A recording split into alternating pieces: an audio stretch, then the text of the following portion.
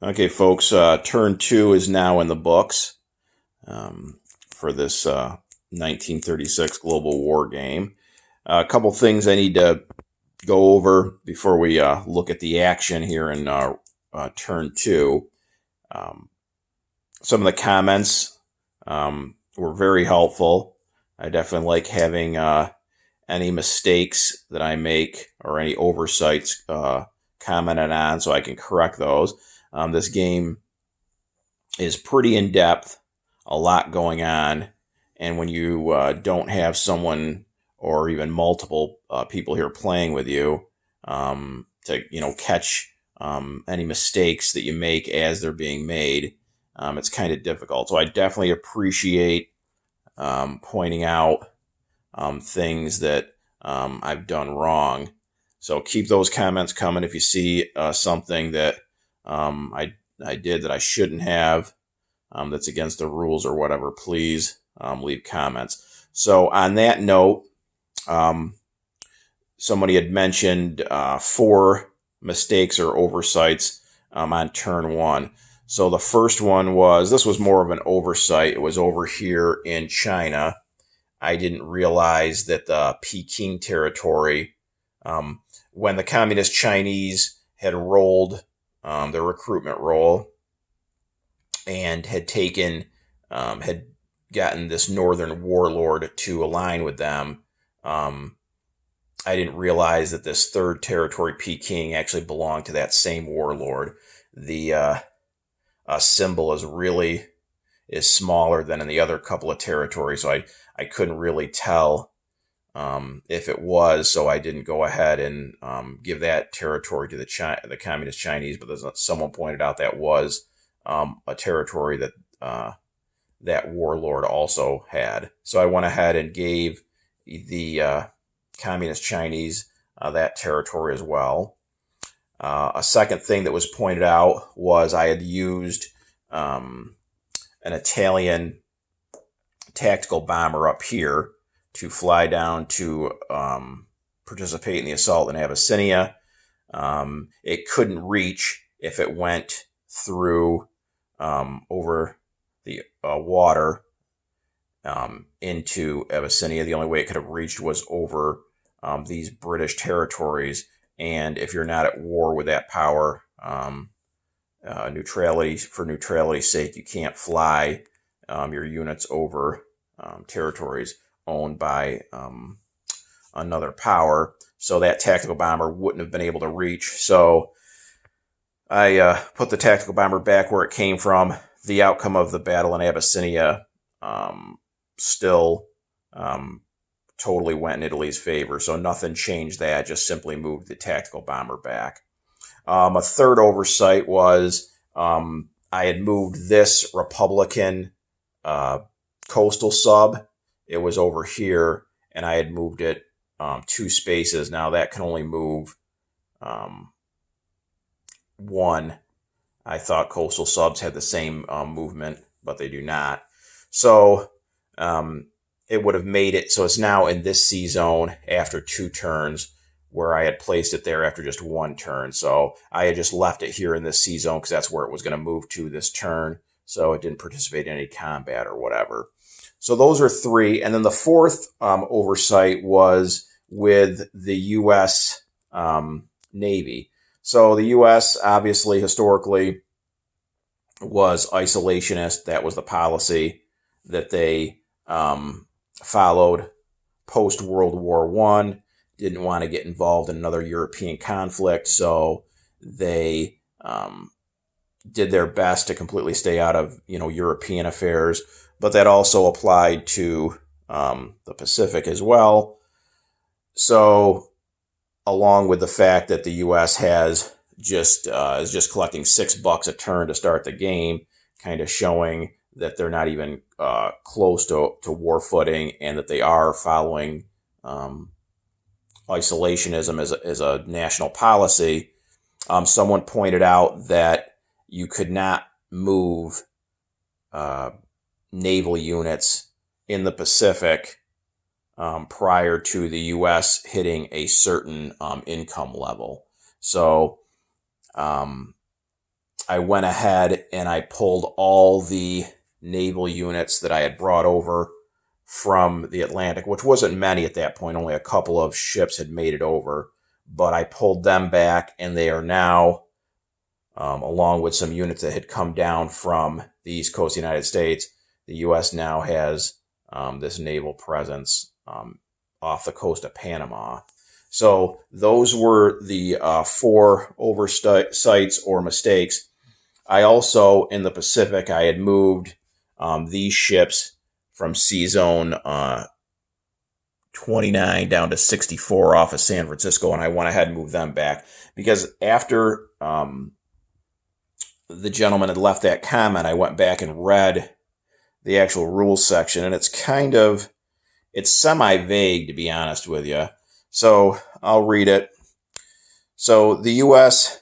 has actions they can take based on income. So available actions under that particular section, they have to be at 35 IPP, which is the currency in the game. So basically $35. And at that point it says, may move ships in the Pacific and build facilities and send units to Pacific Islands. Units moving to Pacific Islands must end movement in or bordering U.S. land zones, may perform escort duty for Allied convoy lines in the Atlantic Ocean. So, may move units in the Pacific. So, I read that as that even the units that are currently in the Pacific can't move until they're at 35 IPP because it says may move in the Pacific. So, that's why I went ahead and sent those 3 ships back up to Sea Zone 29. So I'm reading that as they can't, even the ships that are in the Pacific can't move at all until they're at 35 IPP. But then the other thing that I thought was kind of a little ambiguous, not completely clear, is again where it says may move units in the Pacific. It doesn't say move units into the Pacific. So does that line specifically refer to just the units that are in the Pacific can't move, or that you cannot move units into the Pacific? Because if I'm taking units that are currently in the Atlantic and moving them to the Pacific Ocean, that's moving them into the Pacific, not in the Pacific. So, not really sure. I think that the comment is correct that it's supposed to be that you can't even move units into the Pacific. So that's why I pulled back all those U.S. ships. But again, I think it's a little unclear exactly what the meaning is, although I think it's probably, again, what the comment said. So that was the corrections I made. And again, feel free. As a matter of fact, I encourage it. Fairly new at this game. I'm more of a Axis and Allies 40 and Global War 39 guy. And again, this game is really a step up from both of those. A lot going on, and especially when you're trying to do a solo game, you don't have a person or people here to catch your stuff as you're doing them. So please keep the comments coming if you think that I'm doing things here and there that the rules do not allow. So now we can get to the action from turn number 2. And as usual, not a lot going on. Still kind of countries feeling each other out around the globe here. The Germans went ahead and annexed Bohemia. So they now have access to another factory. That's a medium factory. Other than that, they really didn't do a whole lot. They had bought 3 artillery pieces and 2 more light tanks. So as you can see, they're building up a decent force here in Western Germany bordering France. So in those 2 German territories, they've got about 5 artillery, 4 light tanks, and about 7 infantry. So not really hard to tell kind of what Germany is going for early in this game. The third of the 3 artillery pieces they sent to the nationalists in Spain. As far as tech goes, they did get, they moved up to stage 2 in improved factories, and they also got advanced submarines. They hit a couple of their tech rolls. As far as Italy goes, the other Axis power in Europe, really didn't do pretty much anything. They they started construction on a major factory, and that's going to go in northern Italy as well. I didn't put the under construction marker down there, but that is where that's going to go. That was the only money they spent. They didn't hit their tech roll, and they kind of just stayed put where they were. They didn't send any units to the Spanish Civil War. We'll talk about that in a second, why that was. As far as some of the other powers in Europe, the Russians did get a couple of tech rolls. They moved up to stage 2, both in terms of wartime economy and factories, improved factories, and they also hit on advanced mechs. So some good tech rolls for the Russians. And they continued to send stuff up north. So they got a sizable force bordering Finland, 4 infantry, 2 mechs, a light tank, a couple of fighters, and a tactical. They also, as far as spending money, they upgraded a medium factory in Stalingrad to a major. They did not send any money to Spain either. The British, they upgraded a medium factory to a major in England. And then they also put a minor factory down in Egypt. They finished consolidating the fleet down here off of Egypt. They moved these ships that were at the mouth of the Med. So now there is quite a bit of a naval presence for the British right off of Egypt. They, as far as tech goes, they also moved up to stage 2 for improved factories. As far as the French, they bought a couple of artillery pieces, and those went down into Paris. And then they also finished moving some naval units around, so they as well have a pretty big fleet in the Med. So now you can see the Italians. We're not obviously at war yet, but the Italians are sandwiched between 2 large Allied navies there. That was about it for the French. The U.S., they spent $5 to move up a fleet carrier to stage 2 on the production chart. And that was really about it. Again, I pulled back the naval units here. So they do have a sizable naval presence off of Panama, so that when the U.S. is able to move in the Pacific with that, they're right at the doorstep to the Pacific. That was really about it for the United States. Now, why did the Russians and the Italians decline to send anything to Spain? Because it's pretty much all but over here. Absolutely a horrible round for the Republicans. So Franco's forces did go into Madrid.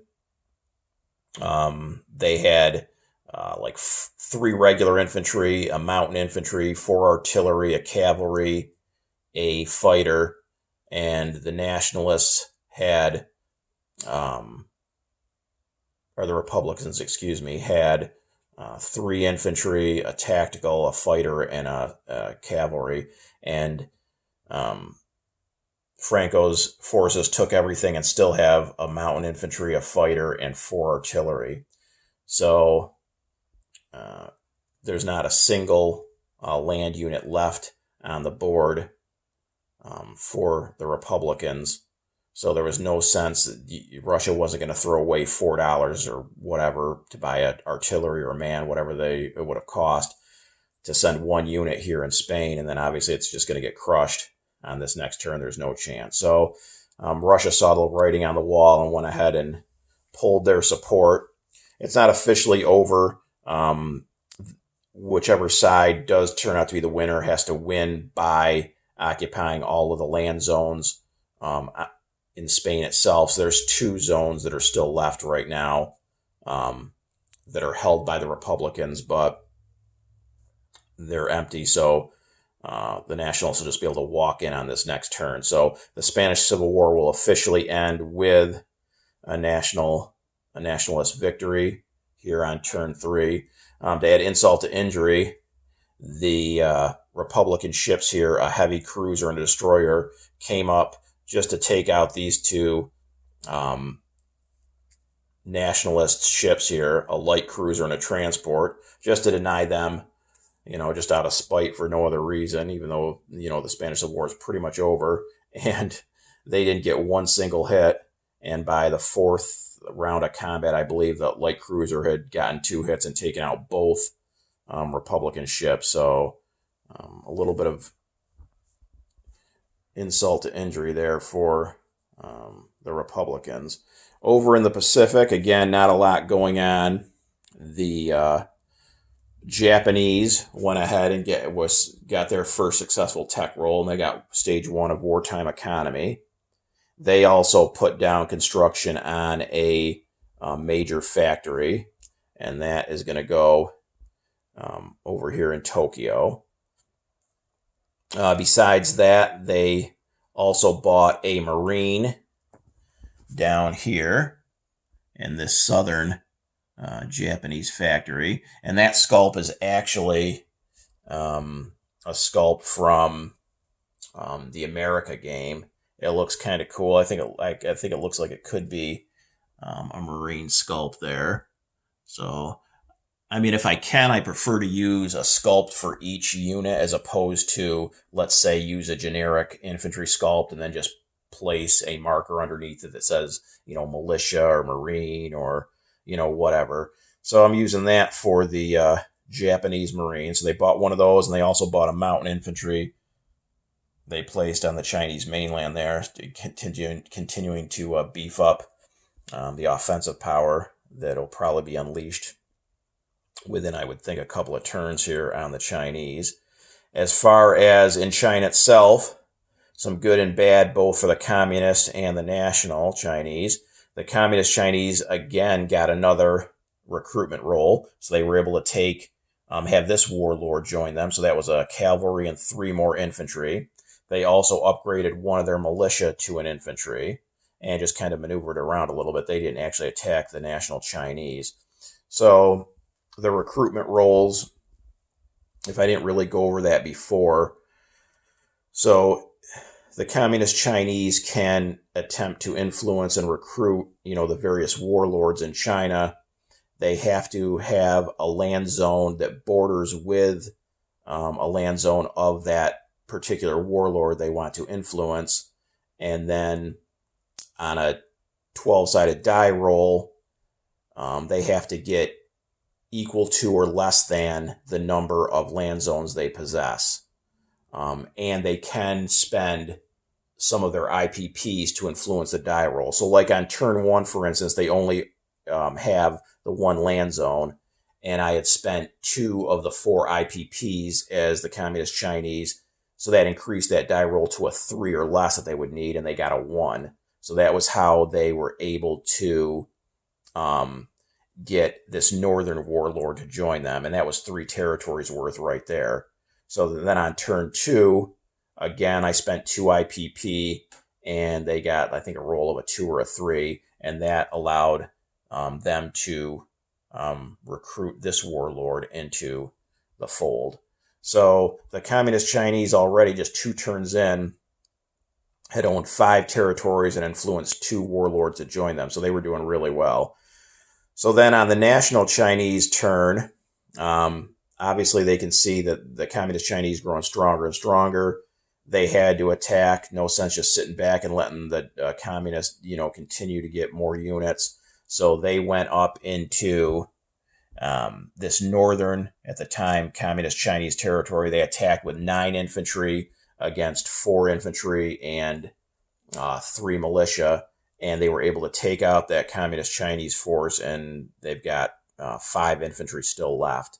So things look a little bit more even now. It was starting to tilt heavily in the Communist Chinese favor, so we'll see. The Communists will definitely try to influence another warlord this turn, but right now, barring more recruitments on the Communist Chinese part, it's about a 50-50 proposition in the Chinese Civil War. As far as Far East Command and Anzac, nothing. They both saved their money. maneuvered some ships around. Again, this coastal sub, I had moved two spaces on turn 1. So I just left it where it was at because that's where it would have been after 2 turns by moving it only 1 space each. So I corrected that. And that was pretty much it. The U.S. again didn't do anything in the Pacific. If I'm reading the rules correctly, I don't believe they really can. As far as income goes, both the British and the Chinese went up, or excuse me, the British and the French each went up 1 because of the German annexation of Bohemia. As far as tech goes, it looks like the Allies might have a slight advantage in terms of the number of techs they've successfully researched at this point. And that's about it on the economic and tech side. So we'll see how things go after turn 3 again. Any mistakes, please point them out.